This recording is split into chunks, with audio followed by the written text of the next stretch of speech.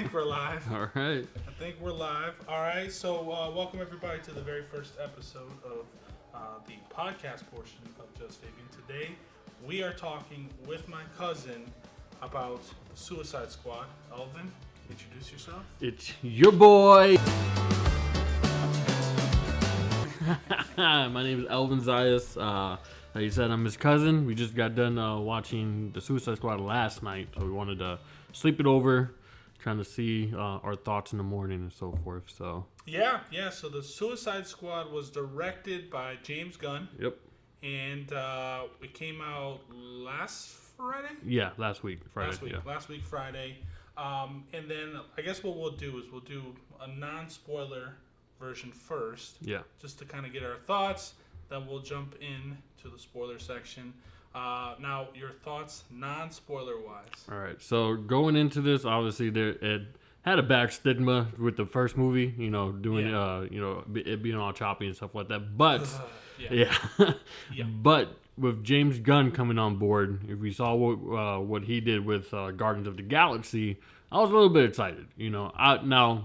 Granted, I was kind of mad that Will Smith wasn't going to be in this movie. You know how I am with Will Smith. It was basically Will Smith. Almost. If they had to replace him with anybody, Idris Elba was the guy. You know what I mean? So, but overall, I did like it. Now, it was getting a lot of hype. I will say it was getting tremendous hype, and I was sending you everything about it. Yeah. And so now, as far as with all the hype that it was getting, I will say, to me, I was a little bit let down. Okay. Overall. But I did enjoy the movie. It was a great movie, entertaining, funny. It had, its comedy, had its action, had a lot of blood, Yeah. And so if I had to, grade it, I would say I'd give it a solid 8 out of 10. 8 out of 10? A solid 8 out of 10, yeah. 8.5, 8.5, something like that, yeah. Oh, so you really enjoyed it. Oh, yeah, yeah. Even though you said you felt a little let down, it was still to you an 8 out of 10. It's still 8 out of 10, yeah. Okay, all right. Let's see. So for me on that side of things, without being spoiler heavy, I did enjoy it. It had a lot of the spectacle, that James Gunn brings. So Guardian of the Galaxies, I really didn't know any of the characters, and I started to learn more about them because I grew up. Obviously, I grew up being a Marvel fan. Mainly X-Men and Spider-Man. Yeah. Didn't know anything about Guardians of the Galaxy. When I went and saw that movie, it changed. I mean, I loved them. I started loving the characters, looking into them more. And with this, I didn't have that same feel to it. Okay. I liked it. I enjoyed it. And there's things that happened that really it blew my mind. Yeah. Because it was vastly. It was as if Guardians of the Galaxy just turned extremely rated R. Yeah. And that's what I enjoy. I mean, there's a Disney aspect of things like Guardians of the Galaxy that they can't do that they did in Guardians of the Galaxy. So that part I enjoyed. However, to me, I like you, I was expecting more. The hype around it, everything that was going into it, I was pumped kind of going into this movie. And that's why I always tell you this movie better not let me down. And so, when I went into it, I was expecting more. I don't know if it was maybe character dialogue. Yeah. And to me, it just didn't seem like there was a central character to focus on. It was kind of everybody. So for me, that kind of threw me off a little bit. And it was kind of a good thing and kind of a pro, kind of a con. I wasn't really sure how it was going to play out. But overall, I think it was one of those mindless, fun kind of movies. I went into it with higher expectations, but I still left saying that was a good time. Yeah. That was a good time. I enjoyed it. I think it was maybe above average. I wouldn't put it in the good to great category, but I had a good, mindless fun time doing it. Yeah, so. I think within the DCEU, as far as with those movies, I know it's not a hard bar. It's not a high bar. Yeah, it's not a high bar. To me, I've told you this before. My favorite DCEU movie right now is Man of Steel. Yeah. I think that's criminally underrated. And so, I have to go back and see yeah, it. yeah. I have to go back and see it. I don't remember it. Yeah, I think it's criminally underrated. It should have done way better. And like, I don't know why people don't like it, but that's not what this topic is for. So, but within that, the movie tree there, I would probably put this one. I think Man of Steel first, Wonder Woman second.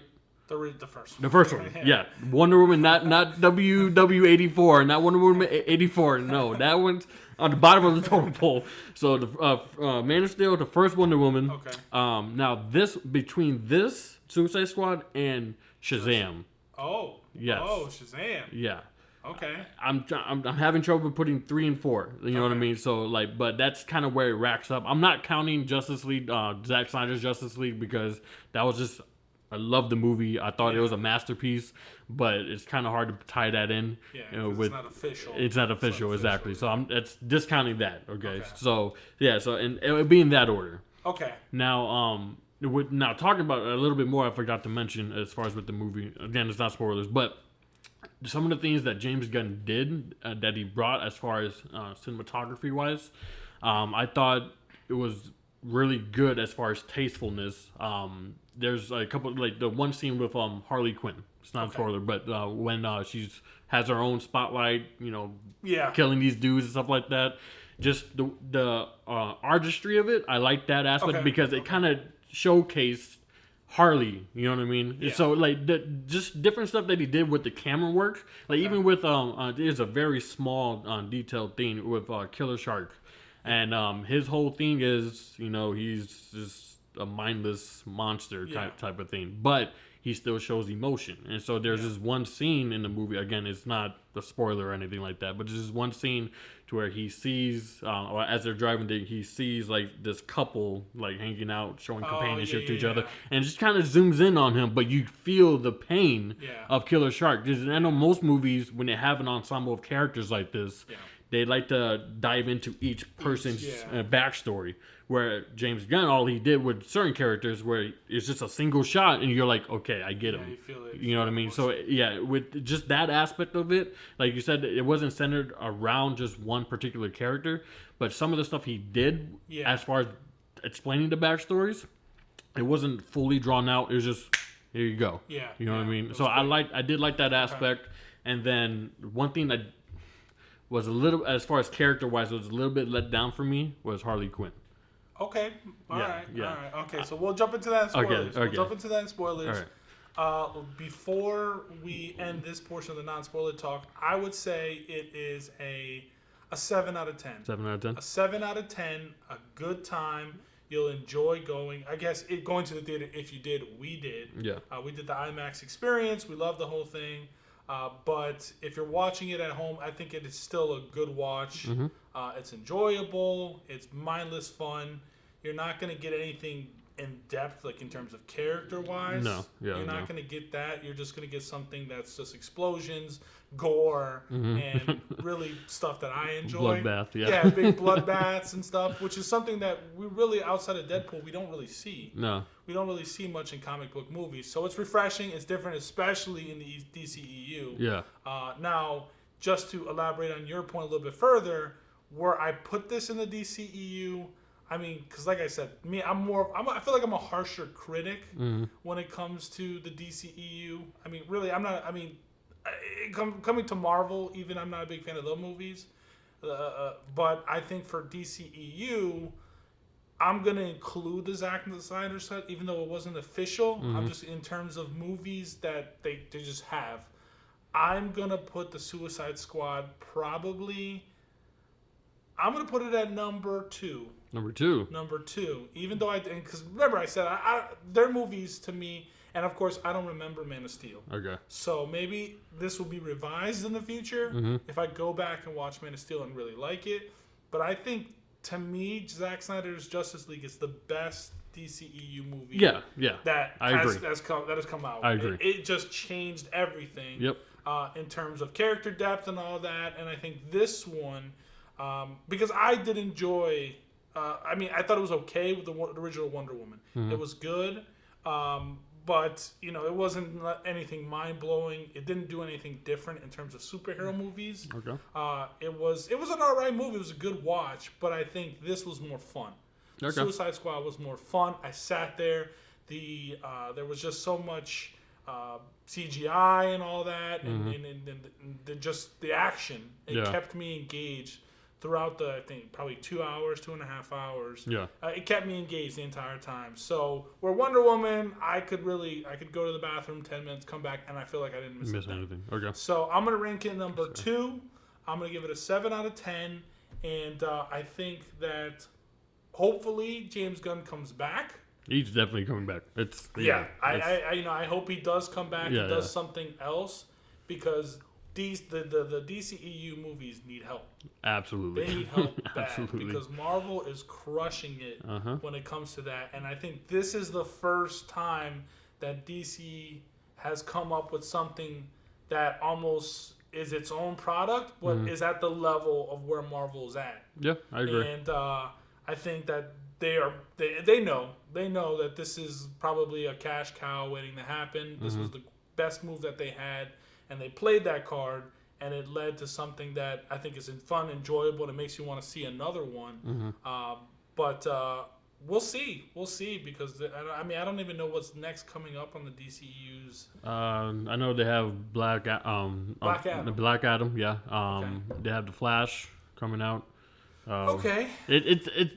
They have again the Batman as well. I don't know how it's going to be tied in though, so I don't know if it's going to be separate, just like the Joker kind of thing. Twilight guy, Robert Pattinson.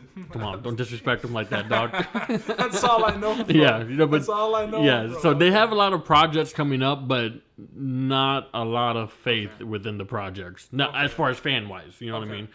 So because obviously the DCU is all up in the air and stuff like that. But yeah, they have Aquaman 2 coming out, and like we just mentioned, yeah, exactly, your face right there. So like we're gonna see what's gonna come up about with everything, but they do have a pipeline of things coming out, but again, we don't know. There's just no faith within the movies right now. So okay, all right. Well, I think that's it for the non-spoiler talk. I think we're about to jump into spoilers.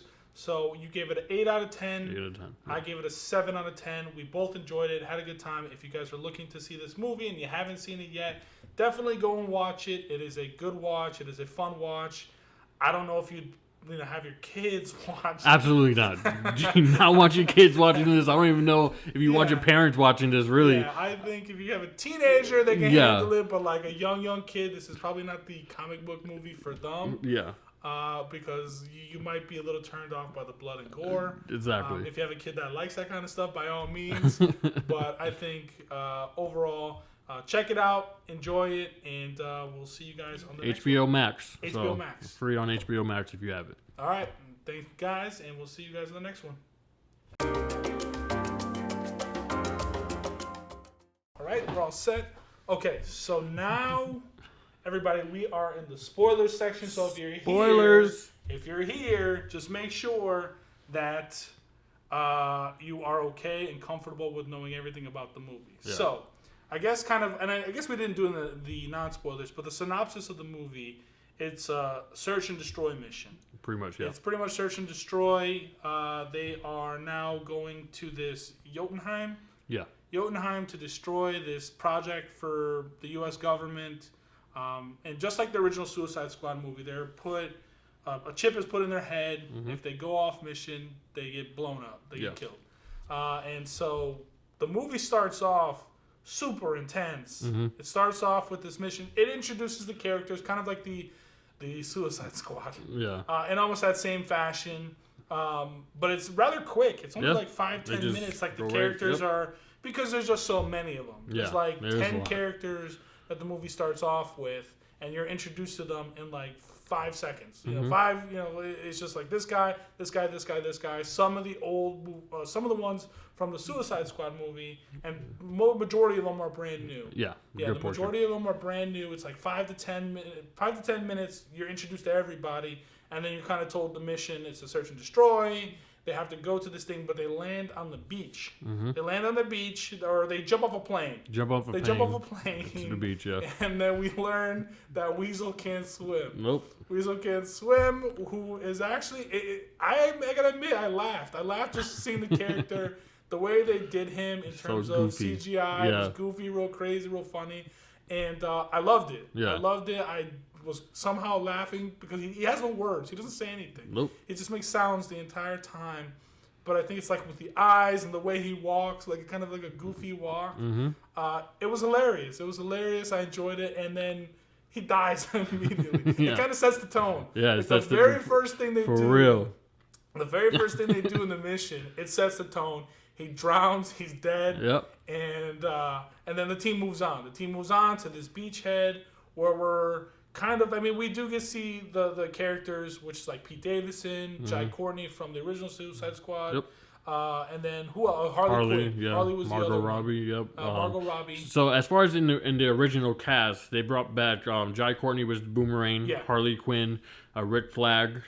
That was the same Rick Flag? Yeah, the same Rick Flag. Yeah. Oh, okay. Yeah, all so right. him, and then that's it from the original. So but those in three. the original, well, I guess in the original, the Suicide the Squad, first one. He had did he have a goatee or something, or did it just doesn't look the?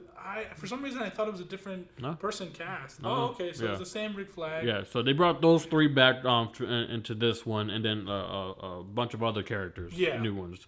And like you said, that opening scene sets the tone. The opening scene, it starts with Pete Davidson. Like they all arrive to the beachhead.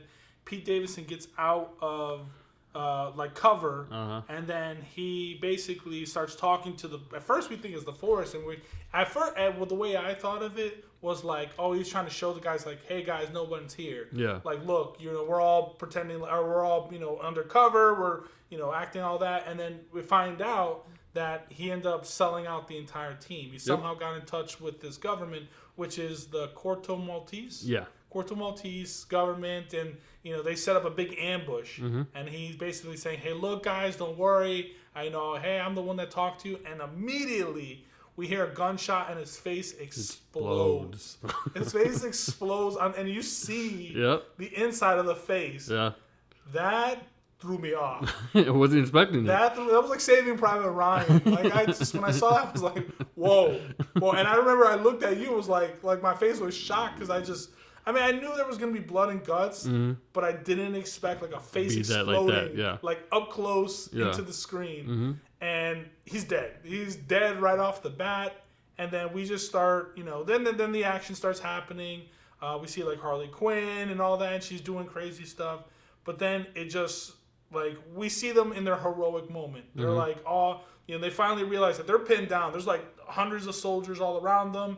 I think Rick Flag's calling Waller, who was also from the original Suicide Squad. That's right. I forgot to mention her. He's calling her saying, we're outnumbered, we need to retreat. And she's basically saying, if you retreat, you're dead. Pretty you're much. dead. So they push on, and that's when it all starts to get a little crazy. We see the characters use their abilities first. Yeah. So at first I'm thinking like, oh, this is gonna be kind of like Marvel. They're gonna kill everybody. No one gets hurt. Nothing outside of maybe one person dies, and that's Pete Davidson. Yeah. So then you see them use their abilities. You see the TDK, the detachable kid. Yeah. Which I find his abilities to be super weird because they look like an action figure. Like oh my god! Yeah, you just pop out, and then it's like they're just floating. Yeah. And then he starts just like slapping them over the head, which I think was good comic relief. I laughed. I was like, okay, we're on something good here. Yeah. It's good comedy.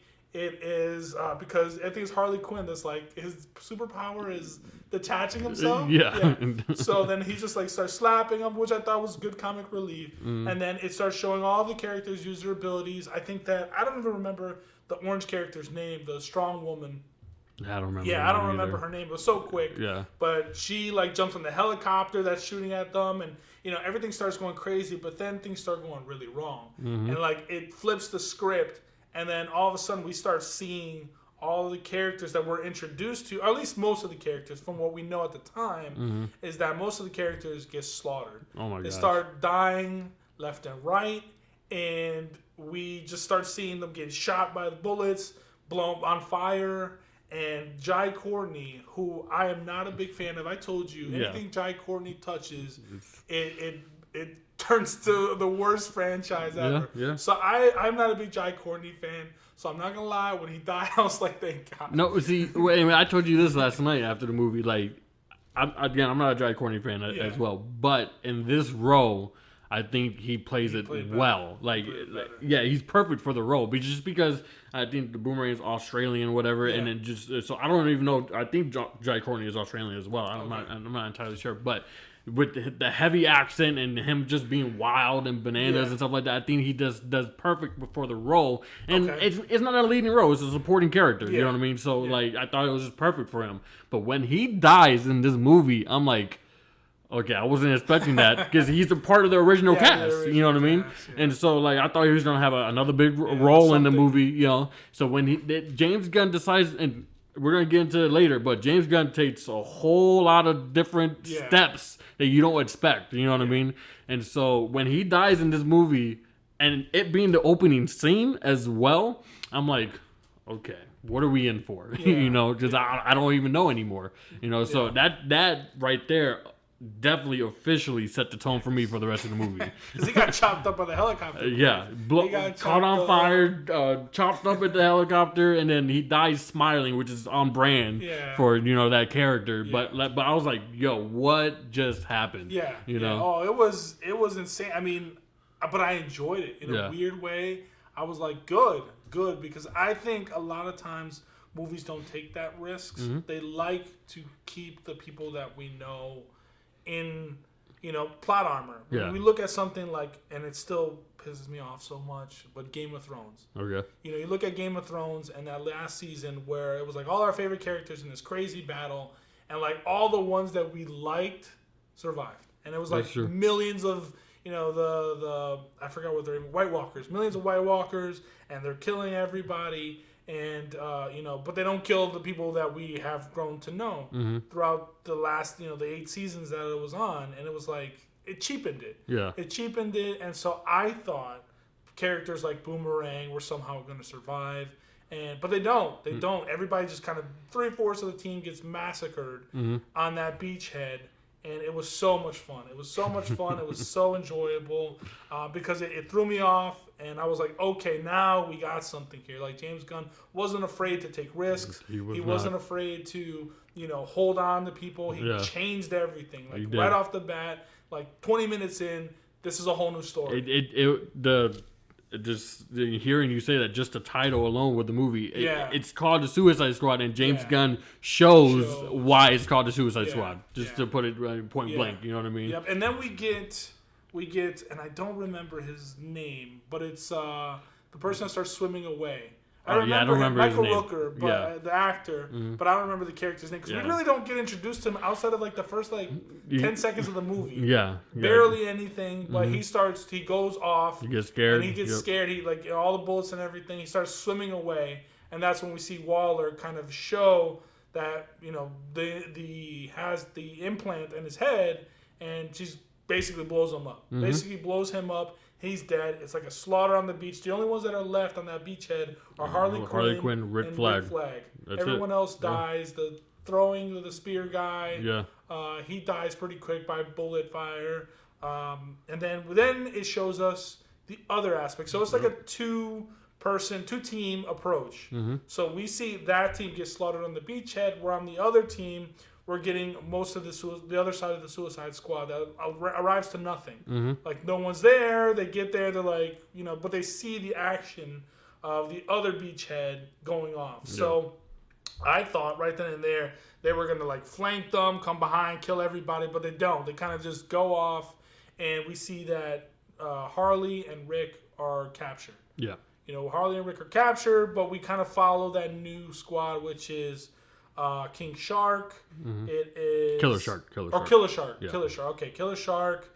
It's Bloodsport. What's John Cena? It's Peacemaker. Yeah. Peacemaker. And then Polka Dot Man. And then Ratcatcher, I believe the character's name is. Oh yeah. Ratcatcher 2. Yeah, Ratcatcher 2. Yeah. So we get introduced to them, which we find out is like the Suicide Squad, mainly the Suicide Squad for the rest of the movie. Yes. So they go on a mission to go to Jotunheim because they feel like the other part of the team is okay, and I guess they didn't communicate with each other, and so they go on to the mission. But then they realize from Waller that Harley and Rick have been captured, so they kind of go off. And then they go off to do the rescue mission. Yeah. First being Rick Flag, I think. That's kind of how it goes. They go to do the rescue mission to save Rick Flag. And then it leads to the part where, and which I thought was great. I really did. I really thought it was great because it was so unexpected. They go to this camp where they find out that Rick Flag is being held. And they start slaughtering everyone. Peacemaker was John Cena's character, and Idris Elba, Bloodsport, because their whole thing is they're pretty much the same character. Yeah. Like anything they touch and can weaponize, they're going to be great at. Yeah. Right. And so, like even before all this happens, they're showing the backstory of the team assembling Amanda Waller and stuff like that. And so she literally tells Idris Elba's character, "Hey, everybody has a specific." Superpower that it's gonna bring about the scene. So when Idris Elba's character meets John Cena and they describe each other's superpower, they're like, we're literally the exact same person. And so fast forward to this scene, and they're slaughtering everybody, and then they're keeping track of how many people they're killing and who can do it better. They're competing with each other. So I thought that was a beautiful aspect of that too. So that added that comedy relief. Yeah.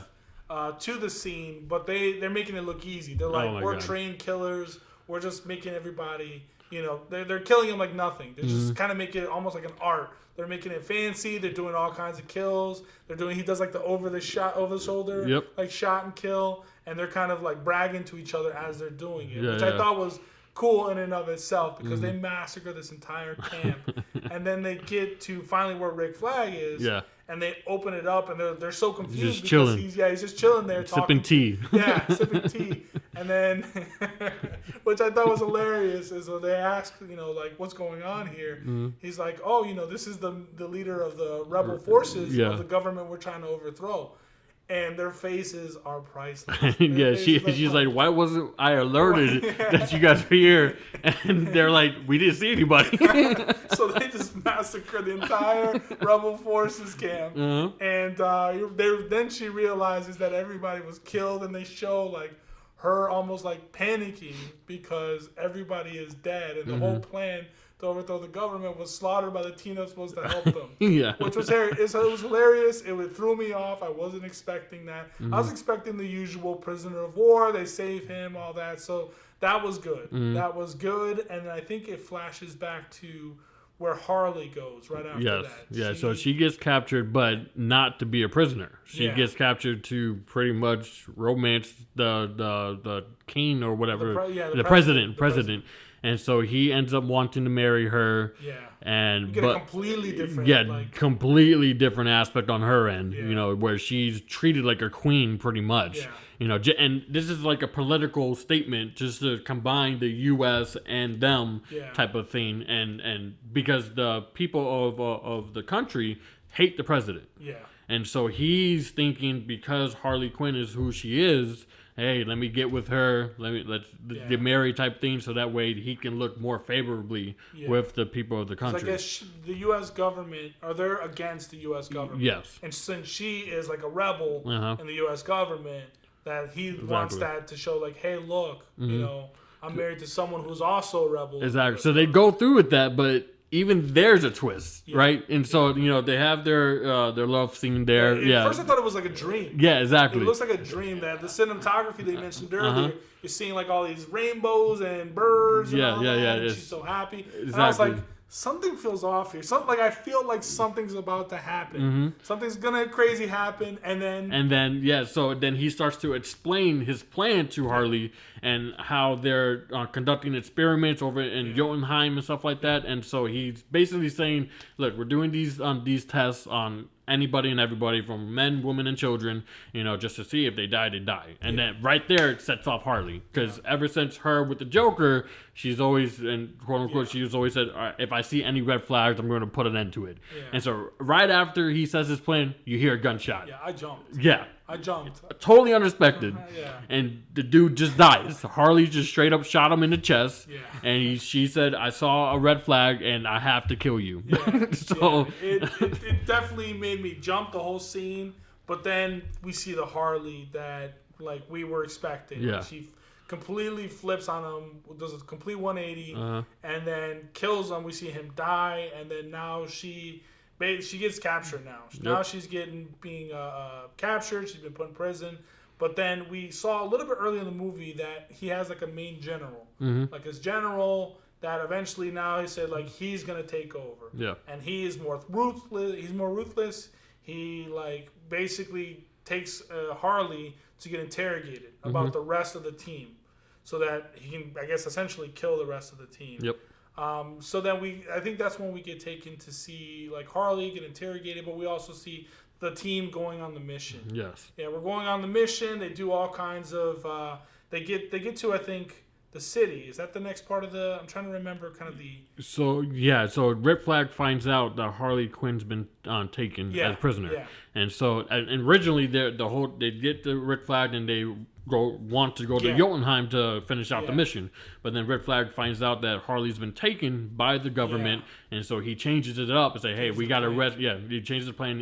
We got to rescue Harley before we go do that. So that's where we get to them going into the city. Yeah, they go into the city, but before that, we get that Harley is being interrogated. She's getting interrogated, and then she passes out, and then we find out that she didn't really pass out. The guy, the general leads, I think, and then the guy that's doing the torture, it turns around and it shows her waking up behind him. She snaps his neck, takes the keys, and gets out. And then we get to that point that you mentioned, the non-spoiler part, that cinematography part, where it's now turned into like Harley Quinn's moment. Yes. Harley Quinn's moment, she like starts getting all these weapons. She gets the double guns, which reminded me so much of what's that director that did like Face Off?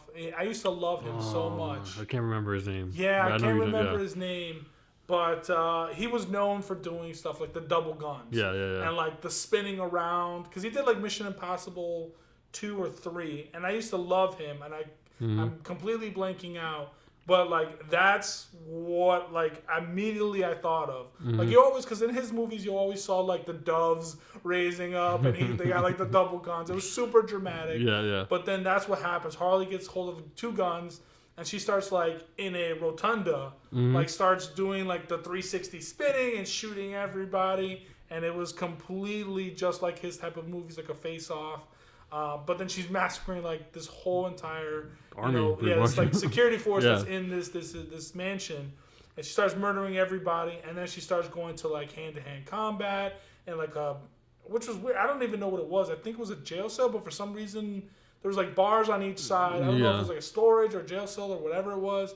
But then she starts going to hand-to-hand combat, starts massacring everybody in the room, and then she gets to like that that video shot where then it starts showing like the artsy part. Yeah, so instead of blood, it was flowers sprinkling out, and then it's just little moments like that where I felt like it perfectly displayed who Harley Quinn was. Like she takes enjoyment in all this, and so it's showing that not by her face, but just by like everything going around, like it being flowers instead of blood, and little doves or birds and stuff like that. That's just who Harley Quinn is and what she enjoys doing. So just that aspect, I loved. I was like, that's smart, James Gunn. You know what I mean? So I mean, we see that, we see her massacre everybody, and then she's out. Yeah. She gets out. She calls a cab. And she has the trident or the javelin from the javelin hero that somehow she found it. Yeah. She found it. He gave it to her. But she found it. She found it when she was being interrogated. Like it happened to be there. Yeah. So she grabbed it. She puts it in the cab. And then she sees as she's driving. Before they start, sees Red Flag and Bloodsport cross the road, and she's like, "What is going on?" And so she goes to follow them, turns the corner, and they're trying to rescue her the entire time. And so like they're all like setting up the plan. Peacemaker's up top, has the high ground. Bloodsport's about to go in. King Shark's being Killer Shark's being Killer Shark and stuff like that. And so right when they're about to break in, Harley Quinn comes up. Hey, what you doing? Yeah. And so everyone's like, "What are you doing here?" That's why you see Bloodsport just sitting there like going up. Yeah, they're like, "What are you doing here?" They're like, "We're trying to save you." Or should I go back in? Yeah. It's just that little moment. So. Yeah, it had those moments, and then I forgot to mention that, and I guess I saw it, but I guess I wasn't really thinking about it. Was that King Shark is actually Sylvester Stallone? Yeah, Killer Shark. Yeah. Killer Shark. Keep saying King, but it's Killer Shark. Is it Killer Shark? It's Killer Shark. Okay, it's Killer Shark. So Killer Shark is Sylvester Stallone. He did a great job. Yeah, I mean, it's almost like he was like Groot. Groot, exactly. Yeah, he's like that Groot character that doesn't really say much. He just has like a couple words, but to me, he almost steals the show. Yeah, for sure. He steals the show because it's very simple, just kind of like how Groot did. Groot was very simple, that kind of character. But we're going to dive into him in a minute. But going back to the story, she gets rescued, and then that's when it resumes going back to the original mission of going to Jotunheim. Which is now we're getting closer to the end of the movie. Yeah. So now we know this is kind of, or at least we thought this was almost it. This was almost it. They get to Jotunheim. They sneak in. Because the rebel leader gets them in, a truck. A bus going into Jotunheim. Well, they captured, I can't remember his name, but they captured... the scientist. The scientist, we did miss that part. Yeah, they captured the scientist. Which was okay. Yeah, it wasn't too much. Yeah, so they captured the scientist, which he, under him being forced, gets them in. They're hiding in the back of the truck, and he's driving and so forth, so he gets them in, which allows them access into Jotunheim. Yeah. Jotunheim. So we get into Jotunheim.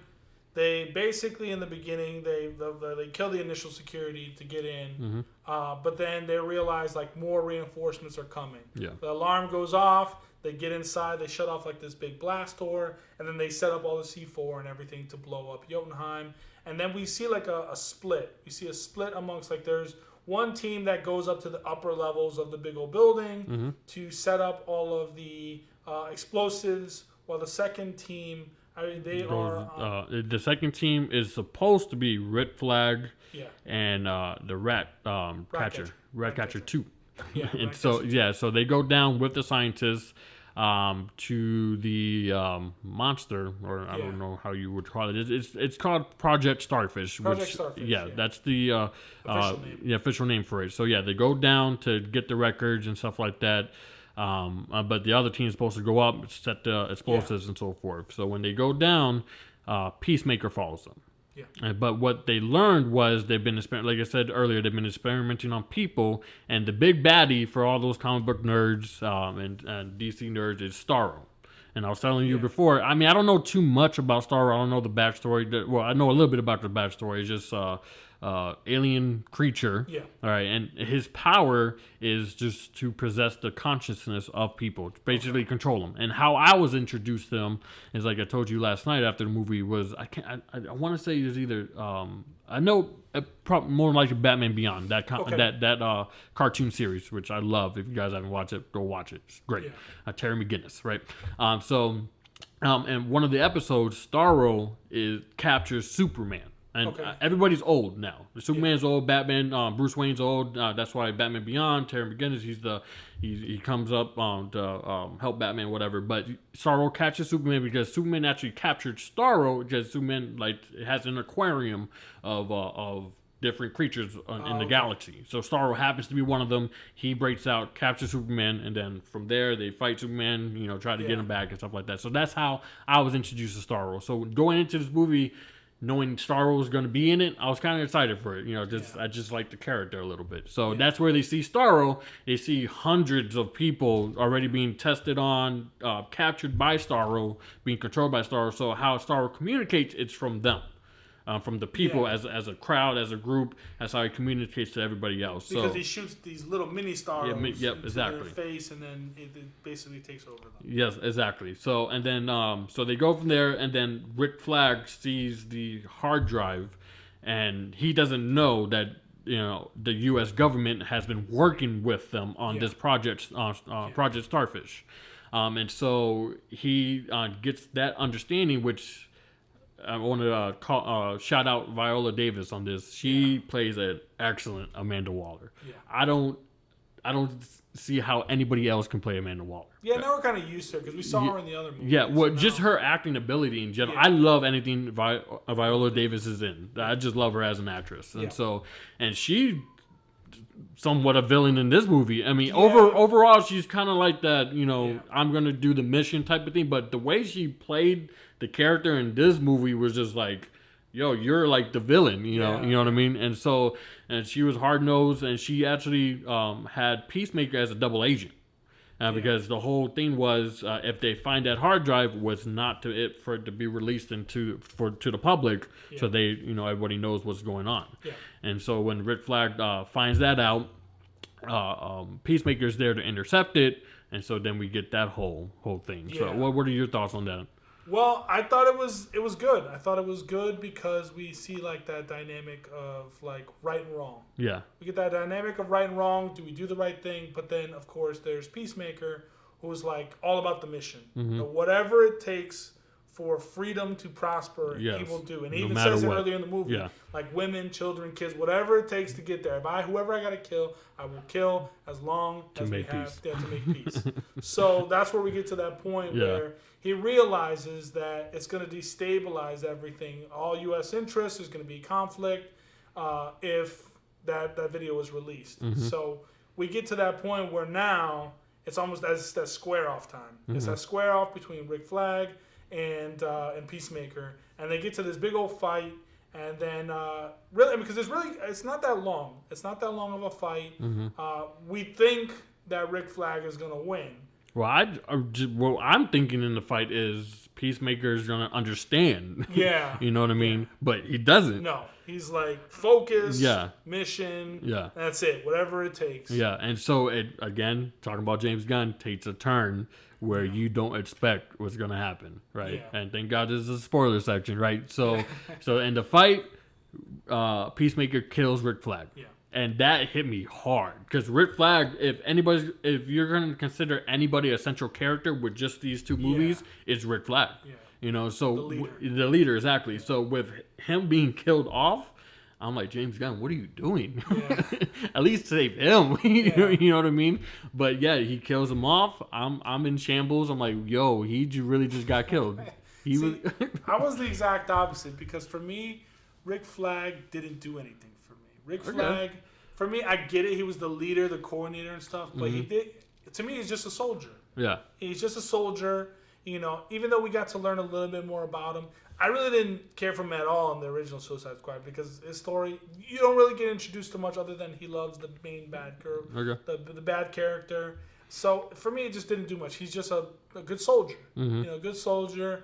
But when he died, the thing that caught me off guard was like they show that was a good scene. John Cena grabs this piece of rock or something, metal or something, and jabs it right through Rick Flag's heart, and it shows like the inside of the heart, and the piece of metal sticking right through it, and like the heart slowly beats, and then his last words are "Peacemaker, what a joke." Yeah, Peacemaker, what a joke, and then he dies off, and then we saw earlier because the Ratcatcher 2 was running. The whole place is starting to crumble. Now the explosives have gone off. Early. Yeah, the explosives have gone off early. They don't know why because the team up there, but things have gone off, and we get introduced to that a little bit later. But he sees that Ratcatcher 2 is like, she's escaping from a different part, and she gets to the same room, and she sees that Peacemaker has killed Rick Flag. Yep.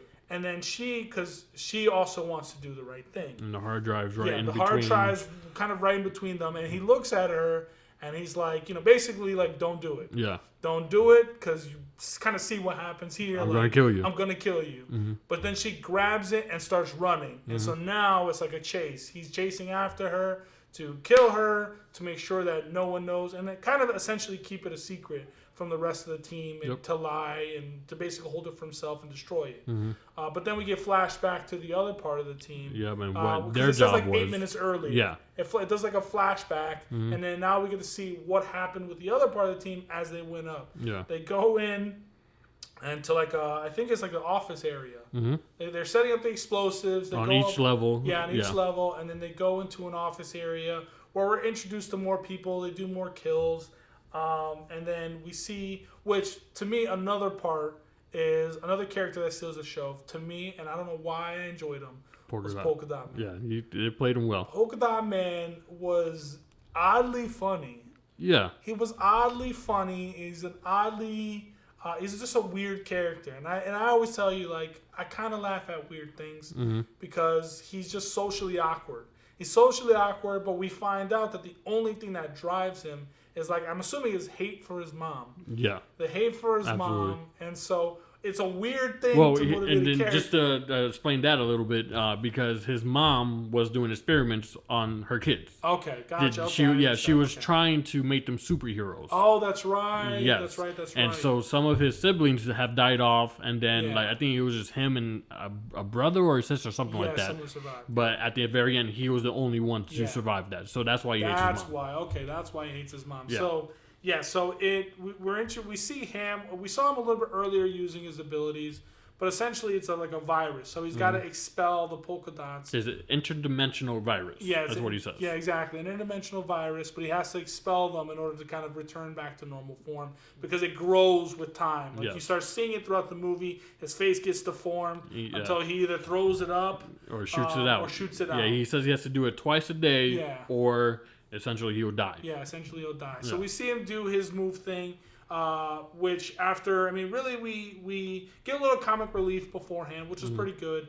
And then we see like that they get to the point where he gets surprised and he shoots off his polka dots, which rip through everything. They kind of disintegrate. So they're like little explosives in a sense. Like they disintegrate. Once it touches you, your body starts to disintegrate and stuff like that. But at the time, the explosives they had that they were setting up dropped on the floor. Yeah. So when he shot his polka dots out, it touched the explosives, which caused everything to go haywire. Yeah, it blew up the whole part of the whole part. I mean, I thought maybe someone was gonna die there, and I thought Polka Dot Man was gonna die there, maybe. Well, Milton died. Oh, yeah. They have a joke of the bus driver for some reason attended with them. The whole time. He gets shot and killed. But that's the comic relief part. That he dies and no one kind of really knows who he was. And they didn't realize he was with them. But he ends up dying. And then the whole thing starts to explode. But in the meantime, actually, right as that's happening, that scene, we see Killer Shark go into like I guess an aquarium that they have there, and he sees fish that are attracted to him. So they're making outlines of him. Yeah, they're making outlines. So he's loving it because as we saw throughout the movie, it's like he has no friends. Exactly. He has no friends, so he's kind of lonely, and the only one that really is a friend to him is Ratcatcher. Ratcatcher 2. So we see that like the fish enjoy being around him, so he's so excited. He's so excited, he's enjoying, he's having fun, while the other team is kind of setting up all the explosives. Because essentially all he's there for is muscle, just to kill people, get people out the way. So he doesn't really have a purpose in setting up the explosives. Other than the beginning, he just like places the little Peacemaker one. And he makes a special one for Peacemaker, which Peacemaker just kind of almost blows off, but like acknowledges but blows off. But we get introduced to that, so that explodes. And now, and they're all in the same area. So the water's rushing through. The top portion of the building is falling down, and everything's starting to slowly collapse. So we see that. We see that they're trying to get out there, and there's a lot of different parts. But the Killer Shark falls off of the thing, lands on the ground. I think he's dead. You know, I think he's dead. Well, even before that, because when it collapses, the whole aquarium that he was in collapses too. Yeah. And then so he's in the water, and those things where he thought they were friends started trying to eat him. And it was at that moment I thought he was going to die. Yeah. And I'm like, no, you can't kill a shark. Like you that. can't do that. You can't do that to this guy, you know. And so, but then then everything starts to collapse. He falls all the way to the ground. Yeah. You know, then he looked dead there as well. He looked dead. For some reason, they start firing on him. Yeah. But they start firing on him. We see that he's not dead, and he gets up. But then we also see Bloodsport, and I think it's Harley. Bloodsport, Harley, and Polka Dot Man. Polka Dot Man. I dub 3. Or they're still in the top area. He's falling off. They get him back up, and then basically Killer Shark gets up and then starts massacring everybody. From what I remember, they start massacring everybody. But then we go back. I think we go back to the original team. Or no, I'm sorry. Bloodsport gets up there and he thinks he's safe. Yeah, then he collapses. Yeah, the portion that he's on underneath starts collapsing. Like he goes floor by floor. Well, he falls. He falls first, and then he tries to shoot his thing. His like grapple gun. Yeah. Which but we see that it breaks off. Yeah, and then it breaks off, and he does like almost like a superhero landing. He does the landing. He's like almost like shocked that he like somehow survived that long fall, which I thought he was gonna die because that which kind of threw me off because the way they set it up, the suspense portion of that was like, oh crap, it's gonna break, and if it breaks, he's gonna die. But it throws you off because it breaks, but he still lands perfectly normal, perfectly fine, no injuries, which I was kind of like, well, what was the point of kind of leading up to that suspense? But he lands there, and then it collapses floor by floor until it reaches the point where we also, as it's collapsing, we then get taken back to Peacemaker and Ratcatcher. And then it gets to the point where he basically has Ratcatcher. Like, he gets the drive, and he has the gun pointed right at Ratcatcher, saying that, like, I'm sorry. You know, because she's saying, she's begging for her life. Yeah, and basically, even if she was to give up the drive, she still knows. Yeah, so regardless, he has to kill her. Yeah, he has to kill her. So we see that, and right before he's about to pull the trigger, we see Bloodsport, like the floor stops collapsing at the exact floor that they're at. Well, it was the first floor, so he fell all the way down to the first floor. Fell all the way down, and he sees that he's about to kill Ratcatcher. And which I was confused about at first because I was like, well, how does he know that, like, he could have, Peacemaker could have easily said that, oh, she betrayed us or something like that, but... Well, there was always, again, that dynamic, that, like, competition. Competition, and like you said earlier, you mentioned what Peacemaker said, I'm going to get justice however way I can, no matter what. Yeah. And so it was at that moment, from one, their competition, them not really liking each other, then from knowing that... having the gun pointed at Ratcatcher's head, it just makes sense. That was enough. Yeah. That was enough. And then they do almost like this cowboy like duel thing where they both grab the guns and they shoot it. Now, before I explain that, I will say I do like Bloodsport in a weird kind of way. Even though Will Smith's character in the original Suicide Squad was okay, I thought this one was better because he kind of reminded me in a weird sense of like the Mandalorian. He always had like some tech all around him.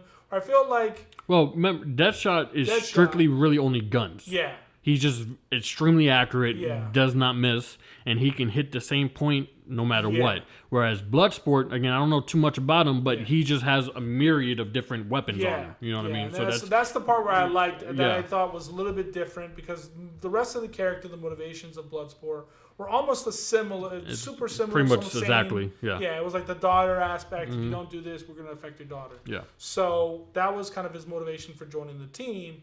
And but I always thought he was pretty much Will Smith's character until like throughout the movie we see him like find guns in all these different places, and so I thought he was really cool. But he whips out the gun at that point, another gun, and they shoot at each other. And the running joke was in the beginning of the movie that when they found out they did the same exact ability was that John Cena's bullets were smaller, and that they would go through the bullets, the bullet holes of where Bloodsport was shoot from. So we see the two bullets like in almost that slow motion, and we see that now Bloodsport's bullet is actually smaller than Peacemaker's bullet. It goes through, hits Peacemaker, I think, in the throat. In the side of the neck. Oh, side of the neck. Yeah. Okay, hits him in the side of the neck. He falls down, and like essentially he saves Ratcatcher. And we think, Peacemaker's not moving. Mm-hmm. He's dead. Yeah. He's dead, and then now we find out as they're done with that portion of it, and now they're trying to get out and escape.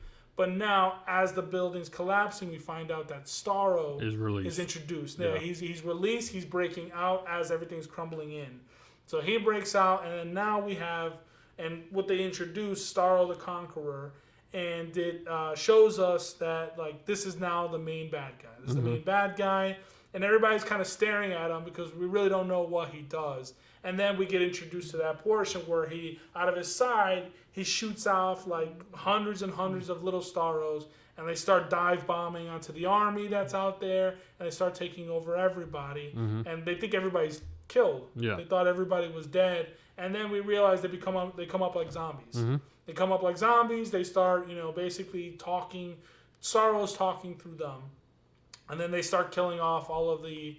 They start walking off. They start walking off, and they go into the city to, I guess, Starro's gonna start destroying the city, taking over everything, and taking over all the inhabitants. So then he leaves, and they contact Waller, and it's like, all right, well, the mission's done. Yeah. The mission's done, and she's like, all right, okay, it's time to get out of there. And they're like, well, and they almost play like they switch. They turn to like, well, all these people are going to be murdered now, and now it becomes like that hero saving moment. Yeah. That hero saving moment. They go off mission, and that's when Waller's like, if you don't turn around, I'm killing you all. I'm killing you all. We see that she starts activating it. The portion where she hits the switches, and then she actually gets knocked out right before she's about to. Which was a surprise. Yeah. I didn't see that coming. Yeah. Which I don't know. Did we see that character before? She because earlier in the movie they were taking bets, and she was part of that crew. Okay, okay. And so this is why I thought Viola Davis was ruthless in this, because she was legit about to do it. Yeah. Most times, especially in most movies, that type of character, they'd be like, okay, you know what, let them go save them. Yeah. I won't actually, I'll get to that point, but then I realize, they're doing it for the greater good. That wasn't her. She was legit about to explode every single person's head until she gets whacked over the head by another employee. Yeah. So I thought that was a good twist there too, because I didn't see that coming. Yeah, it switches it up. It up, and then we go back to, well, she essentially almost takes over while Waller is knocked out, and she lets the heroes go on that mission of saving everybody in Corto Maltese. So we go to that portion, and now it's essentially stop Starro. So they do all kinds of things. They get close to Starro, they catch up to him, and they start, Bloodsport starts shooting his massive gun, starts affecting Starro, and Starro starts switching his focus from the city now onto them. And we see that now at this point, the Bloodsport is almost like the leader now. He's a de facto leader. He's now telling you, hey guys, all right, with Harley, she has the spear. Like, you go up top, and then you, Polka Dot Man, is to shoot. He motivates them. Yeah, hey, this is your mother. Yeah. He's like, look. Who do you see? And he ends up seeing his mother. Yeah, he ends up seeing a giant version of his mom, which is kind of the running joke throughout the movie. But it was a little bit more funny that time. Yeah. Like a big old massive version of his mom. And then he gets super pissed. So he activates stuff on his gauntlets, and he shoots this polka dot thing. And we see Starro's one of the limbs. I guess Starro, just so that we know, is a giant starfish. Yes, a giant starfish. He's a giant, which I still, to me, I find it funny, but I always thought it was really cool that James Gunn used the weirdest characters. For real. Because before we go into that real quick into Starro, I want to say that I gotta give credit, because this movie delves into the weirdest characters. Well, even I told you before, I think it was last week or something like that. In specific to the polka dot character, he literally said, "I want to find the dumbest character, and put him in a movie." Yeah, which I thought was awesome, because I feel like what we see in Hollywood and with movies nowadays, and like I mentioned to you, is that we regurgitate the same people. Yeah. It's the same characters over and over and over again. It was same thing with the Avengers. Like we knew who was going to be there. We knew what the whole process was, and so it doesn't really change anything. It's the same story retold differently.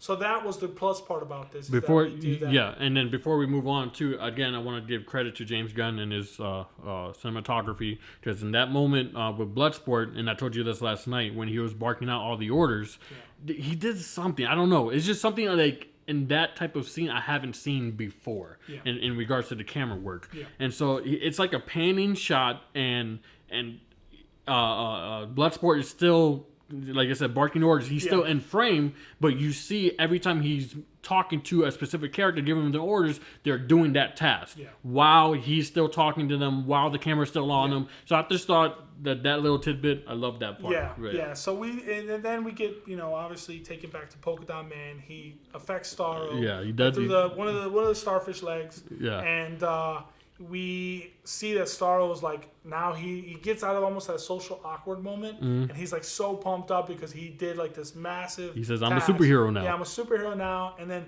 blam, just smash. Starro steps on him. He's dead. Polka Dot Man, and it's funny because I remember hearing someone in the crowd that was like sad. She was next to us, like a couple rows down, and she was. I was sad. Yeah, I mean, she was like, we kind of like we had like this weird affection for this character. It was socially awkward, but we cheered for him because he was just weird. He got to the point where he won. Like he was the winner. Like, he was going to be embraced. Yeah. When you get to that point, you want to be celebrated. Yeah. And James Gunn's like, nah. No, he just boom, end of Starro. Yeah. The game's over. He's dead. Yeah. And we keep going on to the mission. And then we see that like Harley Quinn is now getting up to the top of the roof. She's getting up to the top of the roof.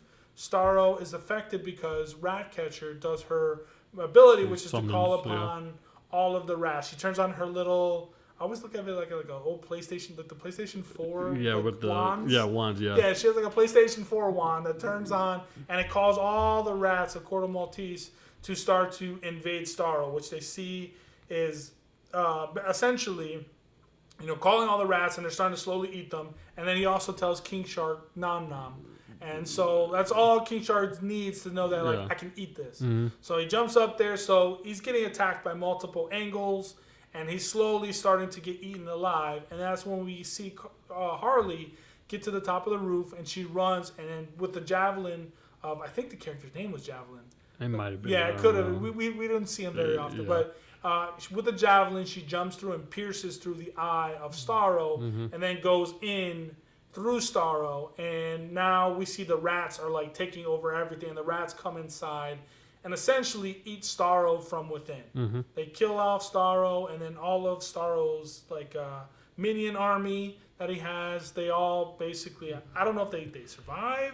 Or I don't know. I don't think they did. They don't really explain it, but I guess they stopped. They were attacking and all that, but they everybody's essentially dies. Yeah. And kind of the day was saved, which now is Waller comes back and she. They make a deal. So like just Bloodsport has the hard drive, and so he's basically just threatening to Waller, if you don't, 1, leave us, not kill us, and then 2, release us of our prison sentence, I'll get this out. Just right now, I have the drive. I have it uploaded into a secure location, whatever. And so if you don't meet my demands, then this will be released and you'll be ruined type thing. So, and then she's like, all right. And she even says, I'm going to make you a leader by the end of this. And you end up being a leader and stuff like that. So so we essentially get that. They save the day.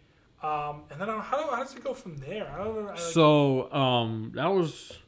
so after that, then it actually just pretty much ends. It's almost over. Yeah, so you have 2... It's pretty abrupt. Yeah, it's pretty abrupt. After that scene, it just shows Bloodsport's daughter watching him on the news, being a hero. Kind of like it wraps up that portion of like she doesn't get to go to jail. Yeah. And then it just kind of ends there. And then you have the one mid-credit scene, and then obviously the end credit scene. Yeah. The mid-credit scene is just Weasel is still alive, which I was kind of happy about. Yeah. He washed up on the beach. He washes up on the beach. and then now we see that he costs all the stuff, and like nothing's there. Yeah. The whole place has been destroyed. Everything's been destroyed, and he just kind of waddles off into the distance. Yeah. Which I found out to be kind of funny. I hope to see more of him. We'll see. I don't know if they do another one. Yeah. If they do, some way, somehow, maybe he pops up.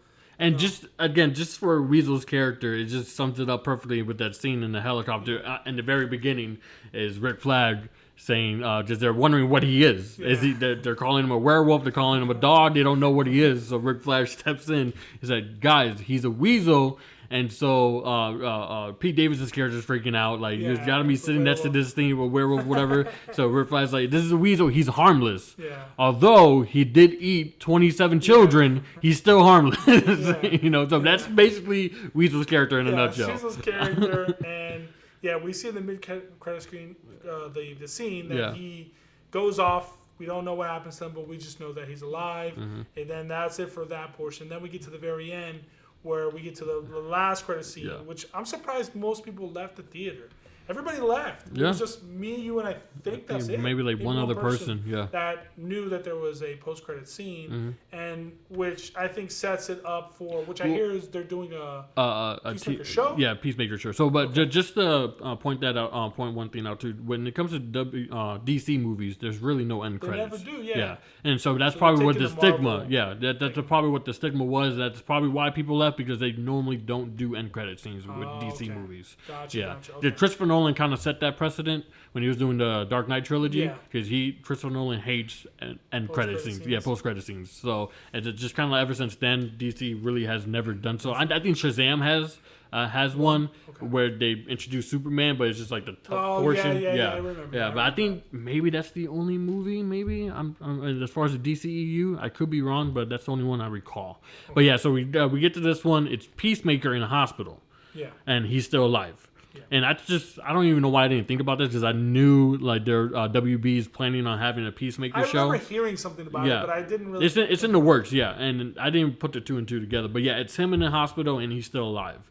Okay. And so I guess Waller or the government or whatever is going to use him for missions or for future missions or something like that. So, and that's just kind of how it ends there. Yeah, it ends there, and I guess it's now going to lead to the Peacemaker. Is it a show? It's a show, WB show. WB, HBO, I'm sorry, HBO Max. Okay, HBO Max show. Okay, HBO Max show. So they're essentially diving into the superhero show realm. Well, does it have a few? Yeah, just like Disney, but this, I guess, is going to be the first of the DCEU universe. Okay. Because they still have a few shows on HBO Max, not to get off topic, as far as with the DC, because they have tie-ins. Okay. They have... I wasn't aware of that. Yeah, they have tie-ins. It's an adult show. It's not... which is good. Yeah. So you want that blood, gore, that's tie-ins. And then they have another one, I can't remember. It's like the ragtag, not necessarily Suicide Squad, but it's like the heroes, but the lesser of the... Okay. I can't remember what the show is called, but it's like a robot and some others. I saw like the first season. It's decent.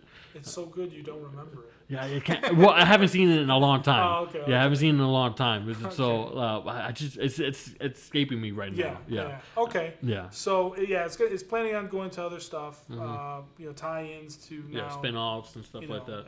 And which is good, because I did enjoy Peacemaker. John Cena did. I know you're not a fan of John Cena. No. Well.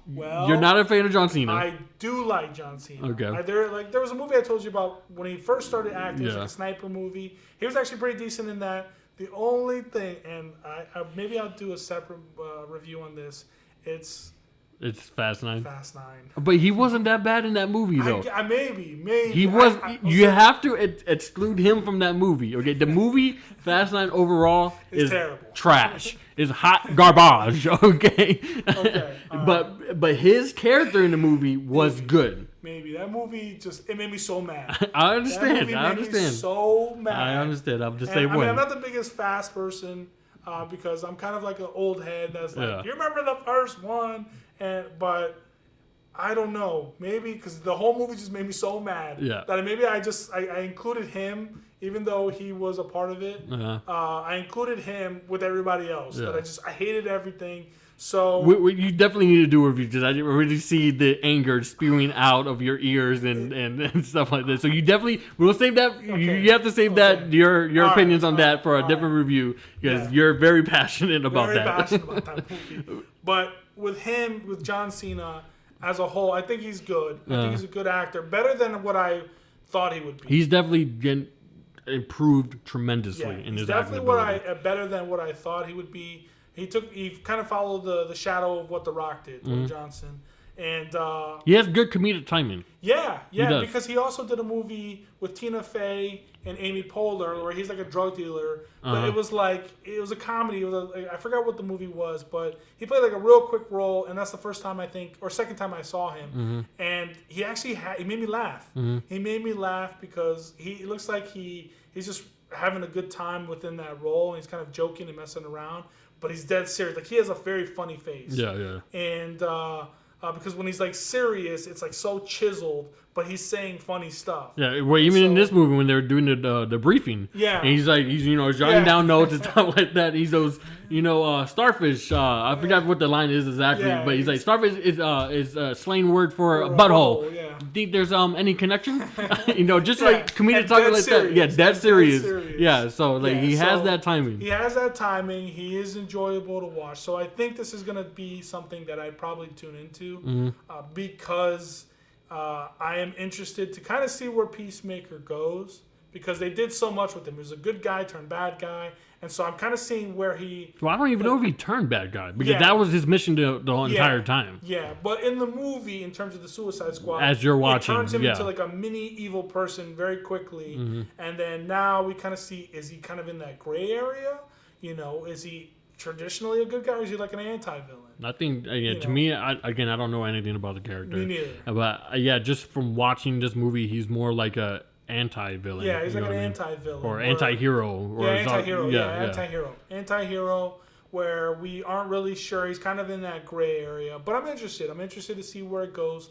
And then also another Suicide Squad movie. Yeah. The next one. So it kind of leaves it open for that next movie, which I am, like I said, in the non-spoiler portion, I think I'm excited to see. I'm excited to see, especially if they bring back James Gunn. Well, there's already reports that he's definitely coming back. Yeah. He's definitely coming back to direct a DCEU movie. But he also still has Marvel. Oh, he's still going to be working both. He's going to be working both. Yeah. Just he's doing Guardians of the Galaxy 3 now with Marvel. And I know there's been reports with James Gunn maybe giving him Justice League. Oh, okay. I don't know how that's going to work, especially with his directing style. Yeah. Because obviously we saw what he did here. And Justice League is more geared towards it being a more serious tone and stuff like that. Not to say he can't do it, of course. He's a very talented director, and I love his work.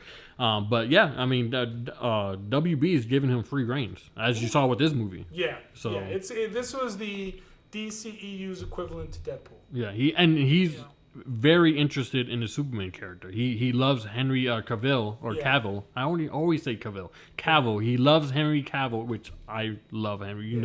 I love Henry Cavill as Superman as well.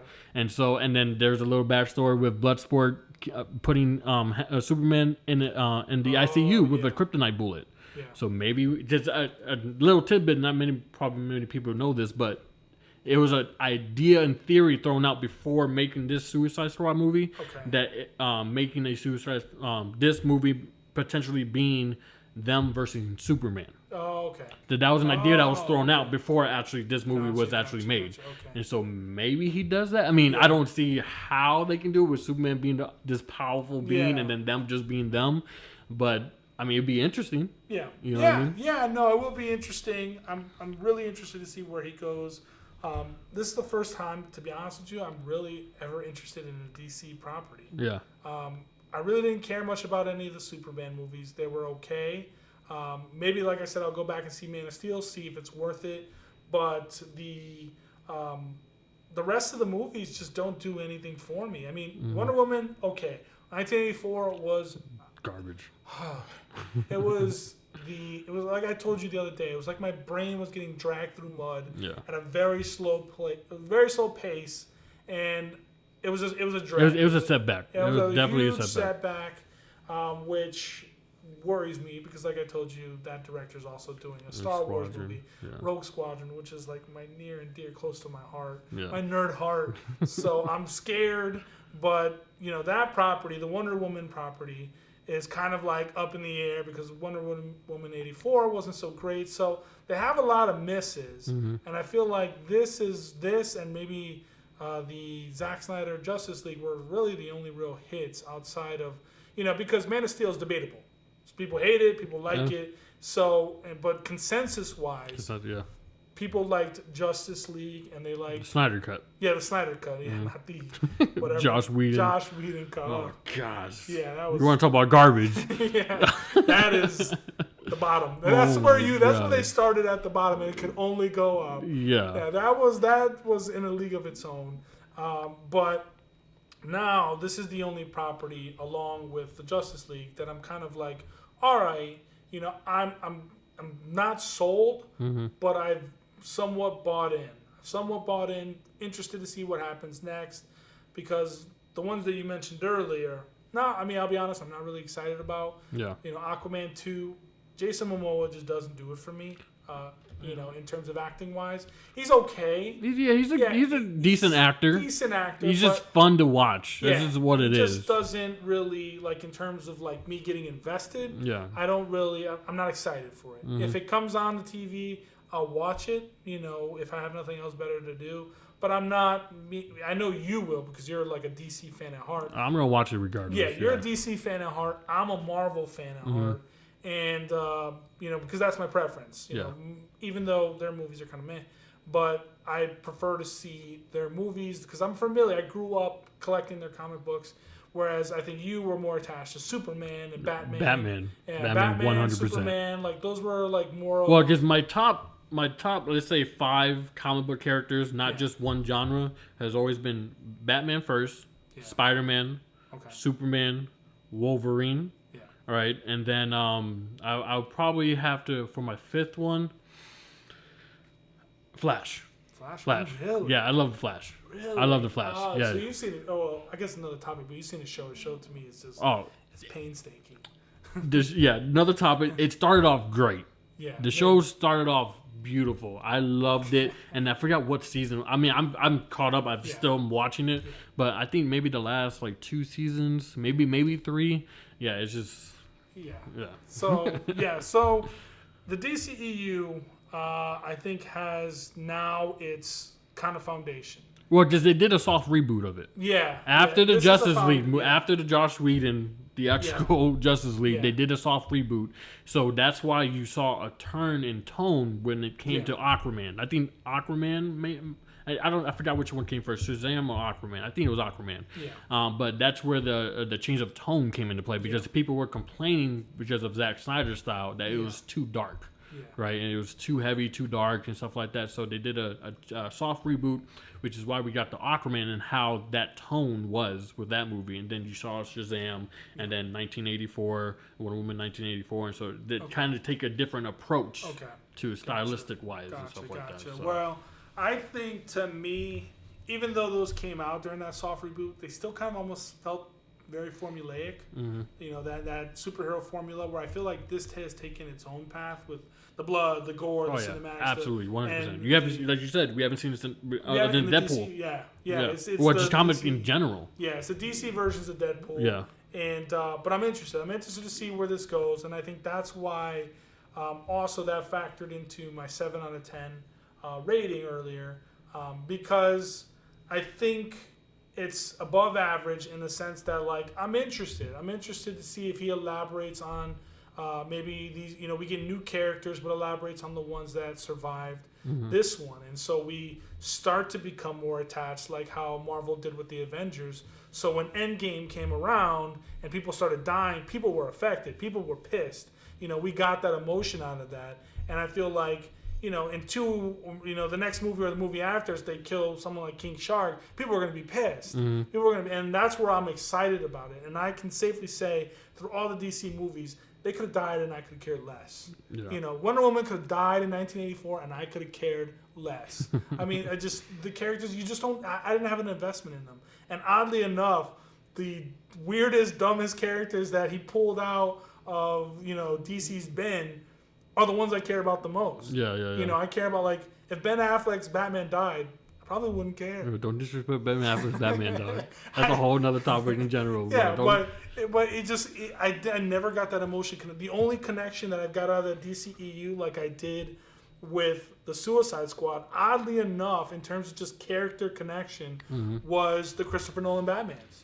Yeah. The Christopher Nolan Batmans that are considered like the masterpiece tier of Dark DC. Knight. Yeah, the Dark Knight trilogy is the precipice. You put that on the pedestal. To this day, the Dark Knight that's untouchable. Dark Knight came out in 2008. Yeah, 2008. Yeah, that's the untouchable, and then it goes.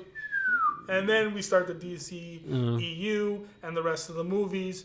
But in terms of character connection, I want to know what happens to Peacemaker in the series and King Shark or Killer Shark.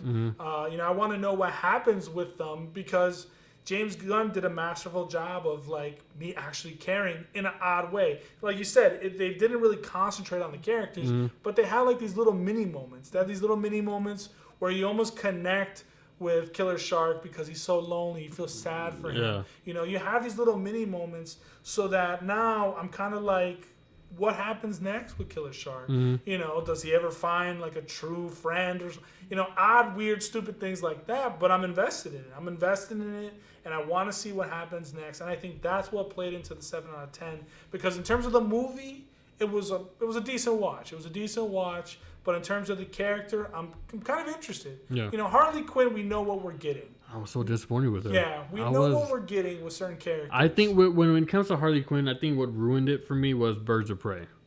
I still haven't seen it. I've seen 5-minute clips of it, when I've tried. Yeah. But then, I saw the beginning sequence of that movie, saw about 10 minutes after, and I was like, this just doesn't do it for me. It didn't do it for me. It kind of ruined. It's kind of boring. I love Margot Robbie. Yeah. I love her. She's gorgeous. She's a great actress. I was introduced to her with her. Yeah. I was first. I think the whole world was first introduced with her with Wolf of Wall Street. Yeah.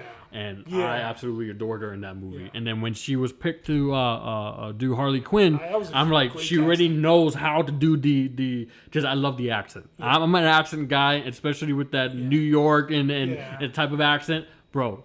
I fall head over heels for that accent. Another one, Marissa Tomei and My Cousin Vinny. Oh yeah, bro. Yeah. That accent, that's a classic. Bro, that's me. Yeah. And so when she brought that to Harley Quinn, when she was first introduced into the first Suicide Squad, oh my god, it was beautiful. Perfect casting. But I think I don't know what it was about her in this movie. I mean, she had her moments, but just overall, I just was like. Well, I think that also kind of ties into that. It didn't really concentrate on her. Yeah. So we didn't really we had our moments, but we didn't learn much about Harley Quinn. Yeah. We know what Harley Quinn is. She plays her role, and then we keep going on with all the other characters because we're familiar with Harley. Yeah. We know what she does. So I don't know what's going to happen in terms of some of those characters, but I am interested to see what happens with Peacemaker in the series and with some of the new ones that they have going about. So that kind of tied into my overall rating. I thought it was, again, and like I said in the non-spoilers, it's a good movie, great watch, definitely worth seeing, especially if you want to get tied into, if you've been disappointed so far with the DCEU, which I don't blame you at all because I am one of them, but I think this kind of gives you something. Yeah. It gives you something to build upon. So when you leave the theater or when you're done watching the movie on HBO Max, you're like, okay, all right, let's see where this goes. It gives you some faith. Yeah, it gives you some moving faith. Forward, It gives you some faith moving forward. So we'll see. We'll see how the whole thing goes. I'm excited. I'm eager. I'm eager to see what happens next. Other than that, did you have any other things you want to discuss? Other than that, again, Margot, I love you. All right, so if you do happen to see this, it's me trying to holler. All right, this is my shot. I'm shooting it. I'm breaking it, though. No. But, other than that, like you said, solid movie overall. Yeah. Solid movie overall. Definitely worth watch. So, HBO Max.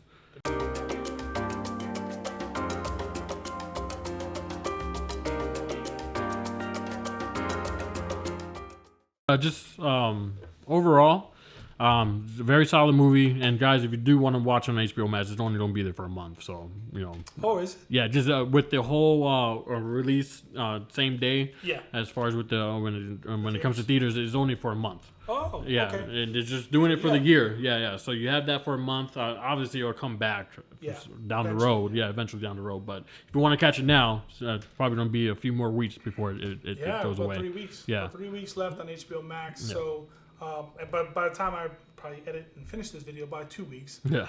So you have about 2 weeks left by the time you see this video to check it out. Overall, great movie. Other than that, thank you guys. I'm sorry for the last second technical difficulty, but other than that, check us both out. Hopefully, we'll do some more in the future. For sure. Check out your social media. What do you have? TikTok? I have TikTok. I have pretty much everything. Instagram. Snapchat, Facebook. Okay, and I'll put that in the video just so that everybody who wants to follow you can follow you there. Other than that, guys, thank you guys for checking out this episode. I hope you enjoyed it. Maybe you have me on in the background because I know I do the same thing with movie reviews. Yep. But hopefully you guys have me on the background. I'm glad you enjoyed the episode.